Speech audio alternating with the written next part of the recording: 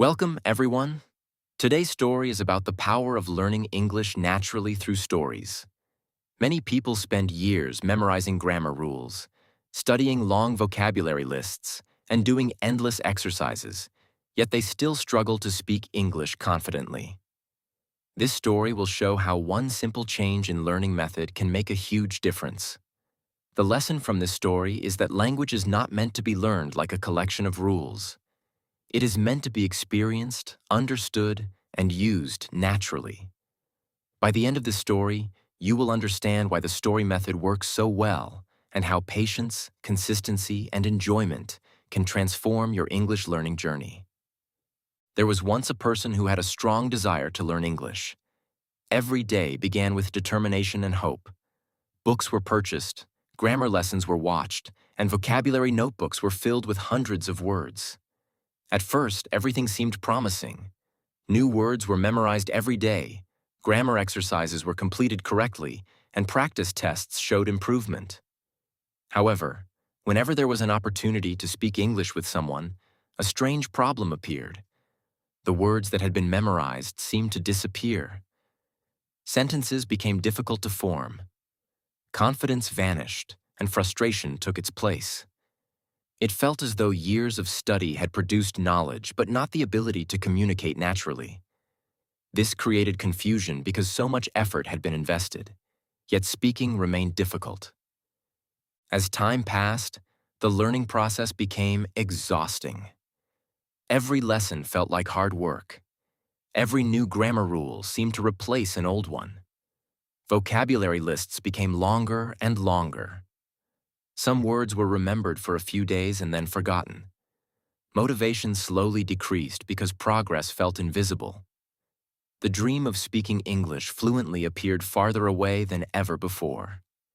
Many times there was a temptation to quit. After all, if years of effort had not created fluency, what would? Yet deep inside, the desire to communicate in English never disappeared. It remained alive, waiting for a better path to appear. One day, while searching for new ways to learn, an interesting idea appeared. Instead of studying individual words and complicated grammar explanations, there was a suggestion to learn English through stories. At first, the idea sounded too simple. How could reading or listening to stories be more effective than serious study? Stories seemed like entertainment, not education. Nevertheless, curiosity encouraged giving the method a chance. A simple English story was chosen. The vocabulary was not too difficult, and the sentences were short and clear. The goal was not to memorize anything. The goal was simply to enjoy the story and understand the meaning. Something unexpected happened during that first story. Instead of feeling tired, there was genuine interest. The mind wanted to know what would happen next. New words appeared naturally within the context of the story. Their meanings became clear because of the situation surrounding them. There was no need to constantly open a dictionary. Grammar patterns also appeared naturally. Instead of studying rules, the brain began noticing how sentences were formed. Learning started to feel effortless. For the first time, English was not just a subject. It became a living experience. Encouraged by this discovery, more stories were read and listened to every day. Some were short and simple. Others were longer and more challenging. At first, understanding was not perfect, but that no longer mattered. The focus shifted from perfection to comprehension. Gradually, the brain became familiar with common words and sentence structures. Expressions that once seemed difficult started appearing repeatedly. Because they were connected to memorable events in stories, they became easier to remember. Learning no longer depended on force. It happened naturally through repeated exposure. Weeks turned into months, and subtle changes began to appear. While reading, there was less need to translate every sentence into the native language. Understanding started happening directly in English. This was an important milestone. It felt as though the brain was slowly building a new pathway for communication. Instead of thinking about grammar rules before creating a sentence, ideas began flowing more naturally. Listening comprehension improved as well. Conversations that once sounded like a blur of unfamiliar sounds became clearer and easier to follow. These improvements did not happen overnight, but they happened steadily. One of the most surprising benefits of the story method was emotional connection. Traditional learning often felt cold and mechanical. Stories, however, created emotions.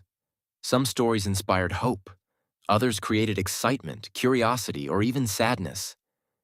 Because emotions were involved, the language became memorable. The brain naturally remembers experiences that have emotional meaning. A word learned from a vocabulary list might be forgotten in a week, but a word connected to a powerful story could remain in memory for years. This made learning both effective and enjoyable. As confidence grew, another important realization emerged. Children learn their first language through stories, conversations, and experiences. They do not begin with grammar textbooks. They listen, observe, and gradually understand patterns. The story method follows a similar principle. It allows learners to absorb language naturally rather than forcing knowledge into memory. This understanding changed everything. English no longer felt like an impossible challenge.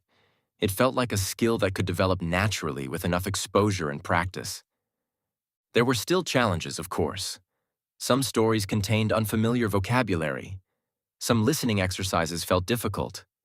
There were days when progress seemed slow. However, these obstacles no longer felt discouraging. They became part of the journey. Every new story added another layer of understanding. Every listening session strengthened comprehension. Every page read increased familiarity with the language. Instead of chasing quick results, the focus shifted to consistent improvement.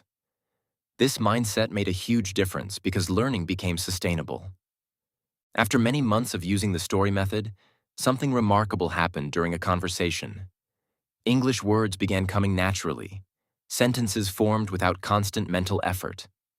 There were mistakes, but communication flowed. More importantly, there was confidence. The fear of speaking had decreased significantly because English was no longer a collection of isolated rules and vocabulary words. It had become familiar. Countless stories had provided examples of how real language works. The brain had absorbed patterns through repetition and context. Speaking became a natural extension of everything that had been read and heard. The journey also revealed an important truth about language learning. Many people focus too much on studying and not enough on understanding. They treat English as a subject to pass rather than a tool for communication. Stories help solve this problem because they place language inside meaningful situations. Instead of memorizing the word journey, learners experience a character's journey. Instead of studying the word courage, they witness courage in action. Meaning comes first, and language follows naturally. This approach mirrors how humans learn best. Years later, English became an ordinary part of daily life. Books could be read for pleasure. Videos could be watched without subtitles. Conversations felt comfortable. Looking back, the difference between the old method and the story method was clear. Traditional study had focused on collecting information. The story method had focused on building understanding. Information alone had not created fluency. Understanding had. Stories had transformed learning from a struggle into an enjoyable process. They had turned English from a difficult subject into a living language. The greatest lesson from this experience was that success often comes from working smarter rather than harder. Endless memorization had produced frustration. Meaningful exposure through stories had produced progress. The brain loves stories because stories provide context, emotion, and repetition. They make language memorable and understandable. Most importantly, they make learning enjoyable. When people enjoy the process, they continue practicing. When they continue practicing, improvement becomes inevitable. So, if you are learning English and feel stuck, remember this story. Fluency does not come from knowing every grammar rule or memorizing thousands of words in isolation. It comes from understanding language in context and using it consistently. Stories offer a natural path toward that goal. They teach vocabulary, grammar, pronunciation, and comprehension at the same time. They create emotional connections that strengthen memory. They transform learning into an adventure rather than a burden.